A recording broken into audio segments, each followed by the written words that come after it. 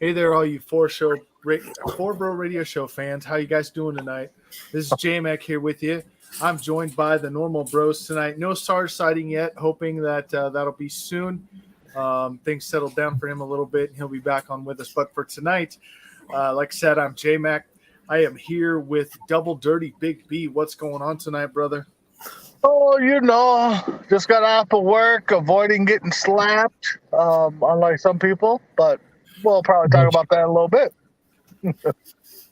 Probably. I think the chances of that happening are about the same chances as Albert Pujols getting signed back to the Cardinals. Yeah. And then we're also joined tonight by Syrup Crispy Bacon. What's going on tonight, man? Not much. Hope everyone's having a great evening. All right. Thanks for being here. And, of course, we are joined by the one, the only, the nap champion of the world, Mess Around Dave. The MAC champion or nap champion? Nap. Oh, okay. Yeah, I'm good. I got my nap today. Ready to roll. All right. And we're glad you're here tonight, too, with us. So you brought up slap, and I think that's the big headline for everybody today. Big B, I'm going to kind of let you go with what you were going before the show started when we were talking about it. Maybe talk about your feelings, how you felt about it, what you saw, what you think. Go ahead. Well, when I first started seeing the story, I thought maybe I would say my first instinct, it was staged. They're trying to, hype it up since the academies were gone for a couple of years. And then seeing the stories come out and stuff like that, and then watching like 3 or 4 different views on YouTube on it, everybody's laughing at the joke. And then all of a sudden you see a little clips of Jada upset with it. And then that's when Will goes and kind of slaps him. I mean, for a guy that grew up in West Philadelphia, he needs to learn how to throw a slap. But, part of me still hopes it's kind of staged and, they'll come out, that, it was staged. But, reading the reports and seeing that the Academy Council is now going to do an investigation on it, look into it, it was real. I think it was a bad choice by Will. But again, J-Mac, Dave, we're going to do what, protect our girls. Family members, and I do truly believe Will Smith feels that it was a wrong move on his part, so I do believe him on that. But, outside of that, part of me still hopes it's fake, but it was real. Yeah. And I got to say, you brought up a good point to me because I saw this as really like a no-win situation for Will Smith. Yep. Because if you let that joke go and you look over and your lady's pissed about the joke, and you don't go up and say anything or do anything about it, people are like, oh, but that's assault. He should have got arrested, whatever. Okay. But if I don't do that, I have to go home with her. Yeah. Now I got to go home and deal with the fact that I did not step up at all to defend the honor of my lady. Messeron, what do you think on that? Do you think that in that moment that was kind of a no-win situation for Will Smith? 100%. Because look, if you don't do or say anything, you're not getting them for a long time. Right. Chris, you kind of see it that way too? Yeah, I do. I mean, whether it, no matter who your family is, so to speak, you kind of have to protect them. And, I get what he was trying to do, but maybe he shouldn't have I don't know, done it the way he did. I get standing up, but it was the wrong place. Yeah, look, there's a difference between standing up for your significant other and then assaulting someone. He shouldn't slap them. He should, unless your girl's being like physically harmed, then you can put hands on. But a joke, I'm not gonna go up and slap somebody just because they made a joke on my girlfriend. I might say something and be like, "Hey, man, you're out of line. You shouldn't say that. You need to apologize to my wife or whatever." Yeah, Right. No, I agree with you on that. I don't think that the slap had to happen. I do think like what he said once he sat back down, keep my wife's name out of your effing mouth. Yep. I think that probably would have sufficed for the to me. Like he could have just yelled that from his chair. Yeah. Oh yeah. Right. Yeah. And then and then there was clips of I think they said like Denzel Washington kind of grabbed him off camera and kind of pulled him aside. The Academy was going to throw him out, but it's like, how do you throw out your favorite to win the top award? Yeah, anybody else probably would have got tossed, but it's it's kind of like Will Smith, but it just sucks right now because they're both great actors. I mean, maybe some people don't think that, but right now this is going to stand out as their iconic moment, especially for Will.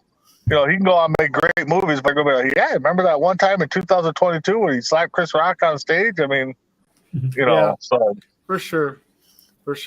How are you gonna slap the guy that played the zebra in Madagascar? Come on. I know. I think the best. There was a lot of memes about it today out there. There's a great one. The best one that I saw. I have to say, this is the best one. It's got Adam Sandler, Kevin James, Rob Schneider, and who was the other guy? David Spade. David Spade, all walking up in their orange From Grown Up. From Grown Ups to play basketball, and it said, "You better watch out, Will Smith. They're all coming." I'm surprised we haven't seen one like Will Smith, Jazzy Jeff, Carlton, Nikki, and, for the Bel Air group. Yeah. But I've seen a lot of good memes. I think the best one is like when they're trying to reverse the words of the opening of Fresh Prince. I thought was a pretty cool one. Got one little fight. My mom got scared. You can't hit Chris Rock even though your wife's lost her hair or something like that. Yeah. Right. Yeah. Interesting. All right. Enough on that. Let's not beat a dead horse or slap a dead horse. Let's not do that. Taking all the fun out of it. Yeah. Let's move on. Let's talk about probably what we should mention. And let's talk about the Final Four. Any surprises for you guys as far as who the Final Four teams are? I'm surprised North Carolina and Duke have made it as far as they have because they weren't really projected to go that far in the tournament. Yeah. I had Arkansas winning the whole thing, and my bracket got dashed when they lost to Duke. Yeah, Duke didn't just beat them. I mean, they beat them pretty handily. Yeah. I mean, North Carolina a month ago was on the bubble. I mean, I know. They mentioned that in the game. I mean, they said we're talking about a team that was 12-12 at one point, and we're on the bubble. Yeah. I mean, I ain't gonna lie. I wish St. Peter's would have pulled it out, but they were overmatched. I think if that game would have happened this week with the week off and they can prepare, I think we got a different story. I think we got St. Peter's moving on. I think so too, but we cannot take away anything that they did this year. No. A 15 seed making the Elite Eight for the first time in history, and that's something that I have talked about for years in college basketball. I don't talk a lot of college basketball, but the thing that I've talked about for years is people keep saying, "Why do all these lower seeds win all these games?" It's because the lower seeded teams have players that play together for 4 years. They have nothing to lose. They have nothing to lose, and they play together. They have the chemistry. They know where each other is on the court. They know what all their stuff is. Where you going against these teams like Kentucky that have all these one and dones? Yep. and you go in like you're going on 4 years of playing together versus guys that have barely had an entire season together. You're going to win some games. You're going to go in because you've ran the same offense for 4 years. You ran the same defense for 4 years.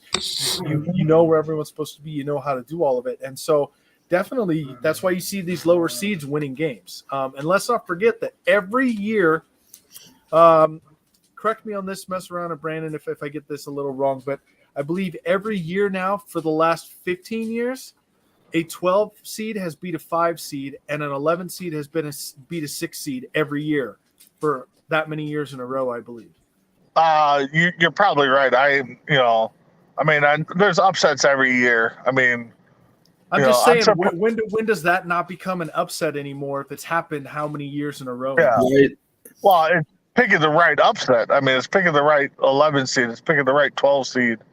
Yeah. I mean, I didn't have Duke going this far because of what they played in their tournament. I had Duke get knocked out in the first round. So yeah, I'll agree with that. I didn't have Duke going very far either. I definitely didn't have North Carolina being in the Final Four. Nope. Definitely did not have that happen. Let me see. Now, I thought that Kansas could get there. I'll admit that they were in my bracket to make it. So Kansas was definitely a Final Four team for me. Forget who my Final Four teams were, but I know Kansas was one of them. I believe I had Kansas, Gonzaga. I thought Gonzaga was going to win it all. Go to the championship. I had them and Connecticut in the championship. I always pick Connecticut. It's my team. They lost in the first round and threw my whole bracket off after one game. So, but that happened. So, but anyway, I did have Gonzaga in there, and hats off to Villanova. Villanova's in their fourth Final Four in the last 6 years or something. Yeah, something like that. Yeah. Our buddy on the network, Bodine Sanders, congratulations to your team, man. That's right. He is from Bill. It's his alma mater. So, congratulations on that. Villanova's in again. Can't say enough for how well they've done in the last few years. Hats off to Villanova. Hats off to all the Final Four teams. It's not easy. How about this? This was an interesting stat to me, and I actually had to go back to make sure that they were correct on this when they were saying it. But Duke and North Carolina have never met in the NCAA tournament. How crazy is that? Crazy. I believe it's the fourth time this year that they're meeting. Yeah, and it's the premier rivalry in college basketball. There's no college basketball game that's bigger than that game.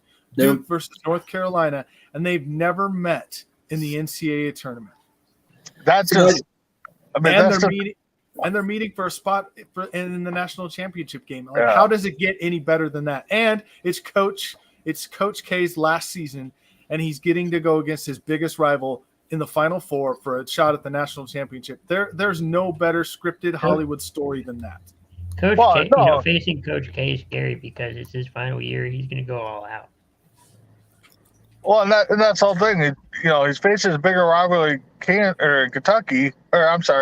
North Carolina, and then if he wins and Kansas wins, I mean, there's another big rivalry right there.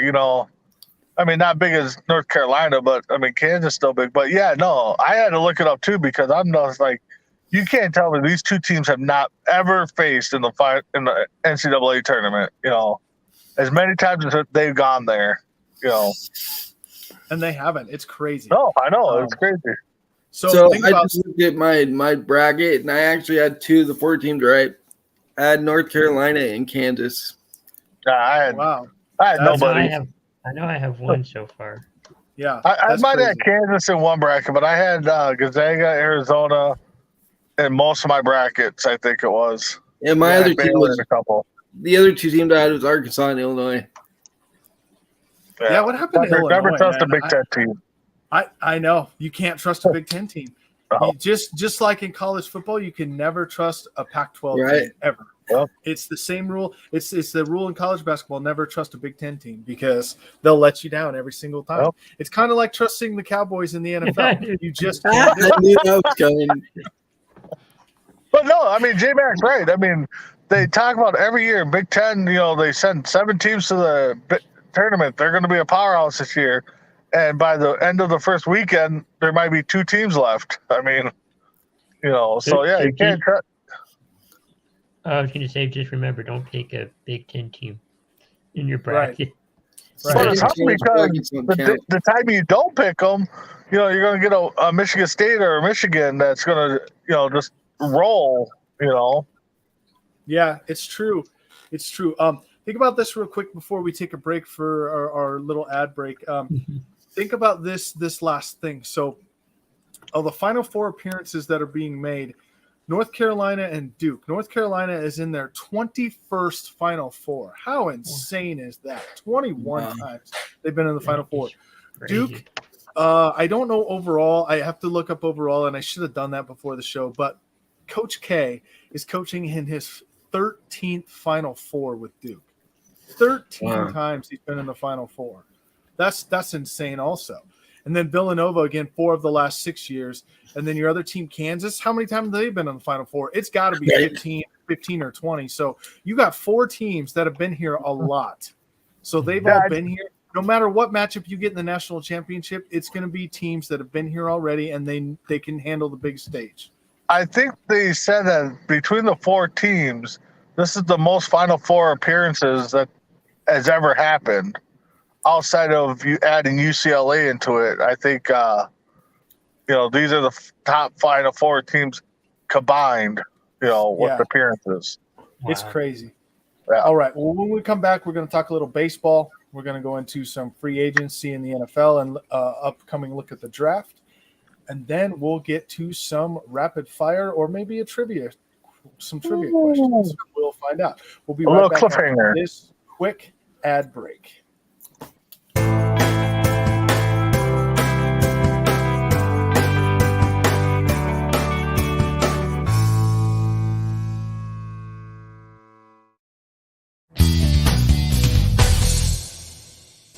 K&A Custom Crafts on Facebook.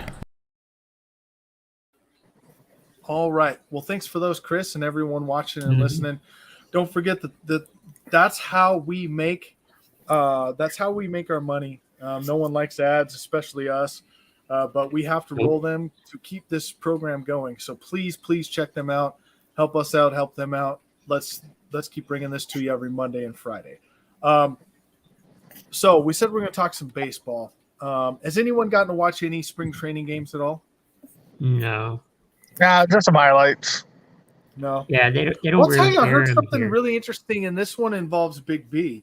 I heard the expert analysts on Major League Baseball talking about how the Twins are in line to win at least 82 games this year. They must be smoking some wacky tobacco or something. I'm just saying they said a lot of it comes from Carlos Correa signing there, which part of me gets that, but you gotta have starting pitching.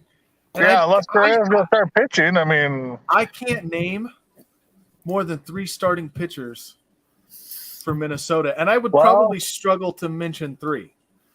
Well, the thing is they just signed Devil Rays guy, Archer. So yeah, that all depends on which Archer we get. So that would have been the 3rd one I would have been able to name, by the way. Yeah, I think right now we're gonna roll with Gray's gonna be the opening day starter. I would have got that one. Probably Joe Ryan, Dubnyk, Archer now, and then Ober I think is gonna be our 5. You got Kevin Maeda. I think is going to be gone for the whole year, if not most of it. So that would have been the opening day starter. But yeah, 82 games. Trust me, I hope it happens. But I think this team's ceiling right now is going to be 3rd place. Again, it's 162 games. It ain't 16 games. It ain't 60. So it's a marathon. So a lot of things can happen in baseball. But right now, the offense is going to carry them. The defense is going to carry them. That pitching is going to be it's going to be up and down. Well, here's my thing. I mean, so you might have named your 5 starters, but who's going to pitch out of your bullpen when the starter? Like you're. I'm sorry. I know that I'm not trying to come down on your team, but their bullpen is awful. I think we're gonna have Rogers closing. I think Kyle Theobar is gonna be there. Crispy Bacon might be making an appearance. Dave Messerow might be making an appearance. I mean, Put me at outside coach. of those two, I don't know who we have in the bullpen. I mean, who knows? Isaiah might get a call. I mean, who knows? Yeah. Yeah. All right. Mess around. How do you feel about your Chicago White Sox? We're going to the World Series, baby. It's our year. That's how I feel. No, This I isn't just said 2005. time and time again, our kryptonite's the Astros. We couldn't beat them last year, and if our bullpen should be good this year. We got a lot of good relievers down there, and most of it depends on the starting pitching because outside of Giolito and Lance Lynn, Keuchel's kind of questionable. You don't know what Keuchel you're going to get, and then we got Kopech coming in the starting rotation, and Dylan Cease was pretty good last year, so we get the pitching, much like Twins, we'll be in it. The Twins won't be in it even if they get the pitching, but okay. No. Chris, how you feeling about the Rangers? So far, I'm feeling pretty good. I mean, hopefully, we improve from last year. Maybe go up one step in the standings, but I can see improvement. Okay. And I feel good about the Braves. I watched a couple of spring training games, and I watched Charlie Morton made his debut yesterday. 4 innings, 1 hit, 6 strikeouts, no walks. He did hit a guy. So, but that's Charlie Morton. Charlie Morton, if he starts 33 games, he'll hit 17 or 18 batters in that time. He's got that sinking slider that on left-handers just sinks really right to their back foot. That's usually where he hits them. But Charlie Morton's looked good. Max Fried has looked good. Ian Anderson's looked good. I'm really, really happy with the way things have come out for Atlanta so far. So I think we'll be all right. And then we got the NBA winding down. And I got to say that there's some surprise teams that are at the top and surprise teams that are near the bottom for me. So the Lakers are almost out of the playoff contention, which makes me happy. I'm not surprised. Makes me happy. Now, the surprise in the East is how well the Celtics have been playing. They're number 1 in the East right now, which is kind of crazy. At 50 games into the season, they were 25-25. Yep. So they played really well down the stretch. So any other surprise teams for you guys on either end of that, good or bad? For me, I'm Minnesota. I mean, might be a homer take, but I mean, I know we talked earlier, and I figured they'd be entertaining to watch. I feel they would have been like the team that might have, sniped a couple wins from a team that was, close to the bubble, or, a 6th seed that would, they would make them drop into the play-in game late. But I mean, they're a game out of actually being in the playoffs. I mean, right now, I think they're solidified in the playoff game. But I mean, they pulled out some big wins against the Mavericks recently. They held on against Phoenix, but I mean, they lost there. I think Boston was a pretty close game. So I mean, they're a team that might make some headways, but I mean, we'll see what direction they go. Kind of like St. Pete's in the NCAA tournament. You get in, you might run the Cinderella story for a little bit. It's possible. Mess around. Yeah, I was gonna say my Bulls, but they've been playing so bad lately. Like they were the number 1 seed at the All-Star break, tied with Miami, and then after the break, they just. I think a lot of it has to do with the injuries. DeRozan's missed a few games. Zach LaVine's been out for a while, and Lonzo Ball's been out for a couple months now. So once we get some of those guys back, I think we'll be okay. But I don't think we're going to win. We'll be lucky to get out of the first round. Ooh. Chris? I don't know. I haven't watched so much basketball, but it's getting down to it. Who is your team? Mavericks. They're looking pretty good. Yeah, they look pretty good. Yeah. Luka. Luka's been playing well. Yeah, I mean, Luka's been playing well. You know, it's a down year for my Spurs. But I will say this. With a win tonight and a Laker loss tomorrow, we surpassed the Lakers and we'd be ninth in the West. So I'll take that over a year in which we were supposed to be down year and out of the playoffs. We'd be into the play-in game, which at least gives us a shot to make the playoffs. So, Yep. no thanks to Keldon Johnson this year. That's probably my least favorite player, but I think you guys all know that already. Oh, wasn't he on the Olympic team? I mean, it can't be that bad. You always bring that up, Big B, and you bring that up every single time. Anyway, let's see. Enough basketball, enough that. A little bit of free agency, maybe. Let's just real quick go through where we see our favorite NFL teams taking in the draft. Who we see them taking in the draft. So let's start with Big B. Who are the Vikings going to take in the draft? First Man, round. it's tough. They're sitting 12th, I think, or 14th. They're right in the middle. I know that. There's been talk that they possibly could move out of there, move up to get somebody, move back to get more assets. If they stay there, they're probably going to target one of the corners or a free safety at that pick. But, right now, all reports here is in Minnesota that it's wide open right now. They're not,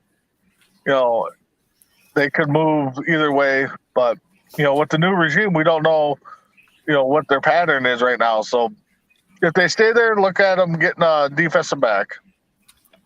Okay. Chris, where do you see the Cowboys going in the draft? I'm thinking somewhere on the offense, maybe a receiver. It doesn't matter what you think. Chris, they're not going to go receiver. I know. They might be getting a receiver from what I've been reading. Yeah. Mess around, Dave.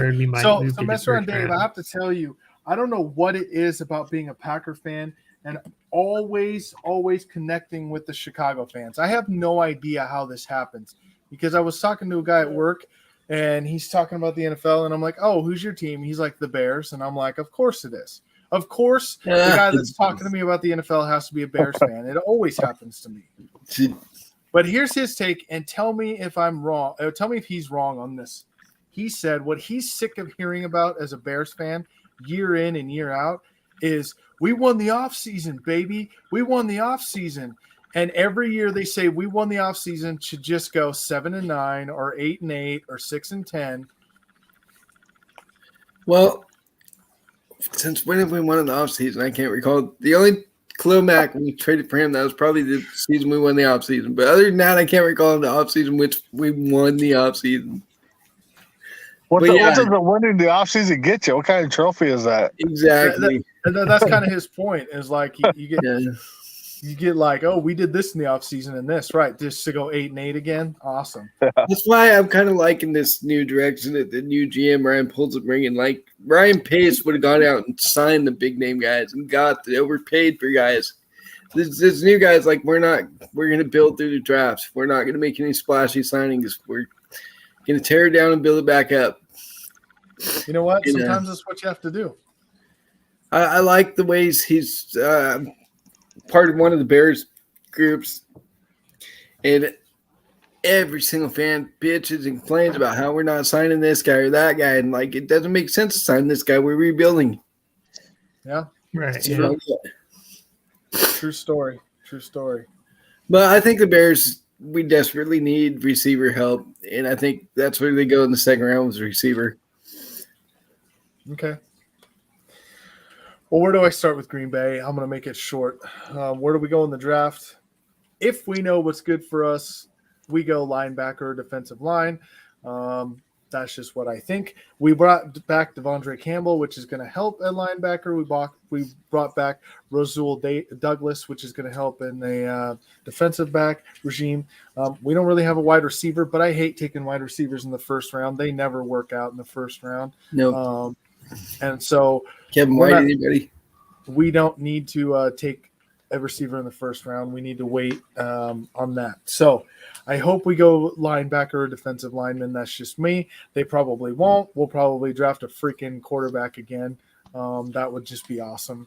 Let's see us do that again. Jordan Love 2.0. Yeah, right. Right. All right. So we're going to end the show tonight. Something a little different than we normally do. It's going to be a version of rapid fire, but it's going to have a twist. The version of rapid fire tonight is going to be rapid fire would you rather. Ooh. I'm intrigued.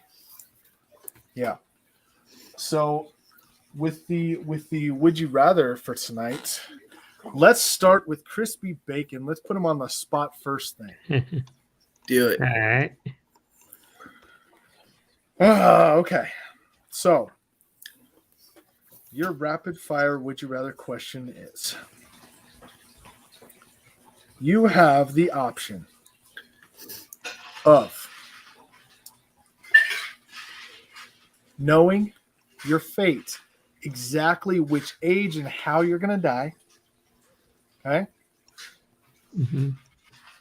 Or you can go back 10 years in the past to change your future for now. What would you rather do? I'd probably change my future because I probably wouldn't want to know when I would die. You wouldn't want to know when you're going to die? Okay. Yeah. I'm with you on that. I guess I see that one.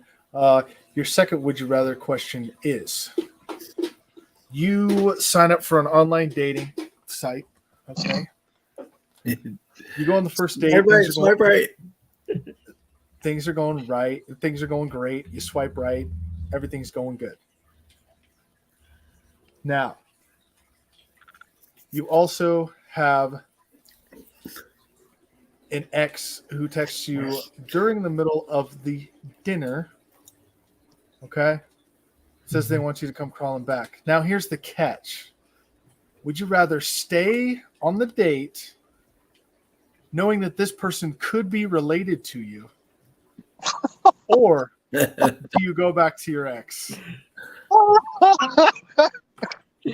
Would it help if I told you I was your sister again? Oh, you are down in Texas.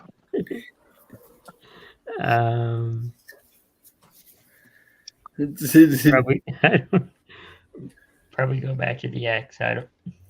Probably.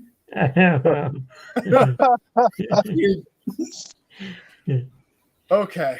Mess around, Dave. Are you ready? All right. All right. Would you rather give your mother-in-law a full body massage or make out with your best friend? Oh God, I'm taking the massage. I'm not making out with Adam.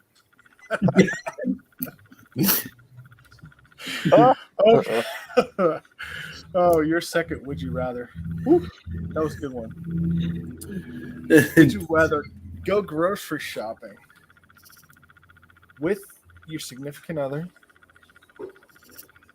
or go casket shopping with your mom? Ooh. I'm not going to go shopping with my significant other because she's got to stop and look at everything, and it takes hours. We're going casket shopping, baby. Ooh. Wow. Okay. All right. Wow. So, Big B, your rapid fire would you rather question. All right. All right. You have the option to either let your wife perish or sleep with her best friend to save her life.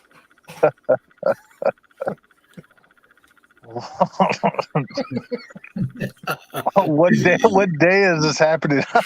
Hopefully Is your it the wife day that we get probably- into a big fight, or oh,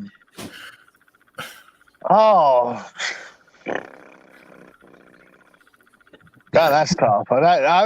Realistically, that's tough. I mean, because I can't, no matter how big of a fight we get in, you can't let them perish. But I guess I would have to go with the best friend.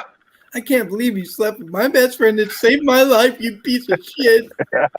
And That's that's what all it you would be hear like, for too. the rest of your life. Yes. Yeah. Yeah. All right. So, would you rather watch your wedding video on a big screen TV or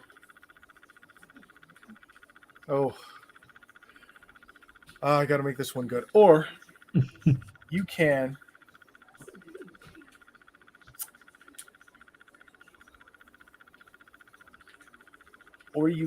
make out with your mother-in-law. Ah, Come on, this ain't Pornhub. I guess I guess I would relive my wedding video. I guess. I mean, it's coming up on 10 years, so why not pull it out? All right.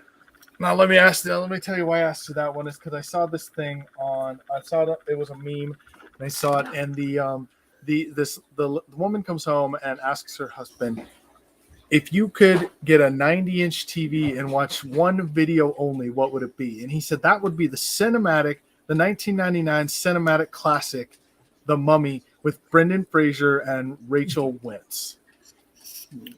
And she's like, oh, well, you're a jackass. My friend's husband at work said he'd watch their wedding video. And he's like, well, I already experienced that once. And apparently he's never seen the 1999 cinematic movie, The Mummy. That's That's awesome. a good one. Yeah, that was a great one to end the show on. Give everyone 30 seconds, guys. Go around and give us your 30 seconds to get out of here. We'll start with Mess Around Dave. Yeah, I love the show. Love being a part of it. And thank you to the viewers for tuning in and keeping us going. Crispy for doing behind the scenes stuff. All right. Double Dirty Big B. Thanks for everybody that's watching the replay or live. Tomorrow on deck at 7 o'clock Central, we'll be having our interview with former Major Leaguer Josh Ronicki, I think his name is. Definitely get a definite pronunciation tomorrow, but check that out. Can't wait to talk to him about his career and what it was like in the clubhouse and his day-to-day things post or during his career and post his career. So definitely check that out. All right, for sure. Check that out. And Crispy Bacon. Yeah, thanks everyone for watching and tuning in. Great shows coming to the network coming up, and yeah, we have that on deck interview tomorrow, and then make sure to tune in for Tuesday Night Mania and all of our other great shows. Yeah, and speaking of that, a couple of special things coming up. The one that I have the biggest hand in is next Sunday. We're going to live stream a scrimmage of the Oregon Cougars women's tackle football team. That will be on next Sunday. An approximate time of start of 9 a.m. Pacific time.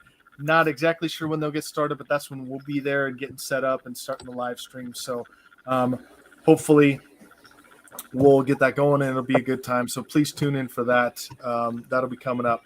But other than that, I want to thank everyone for watching.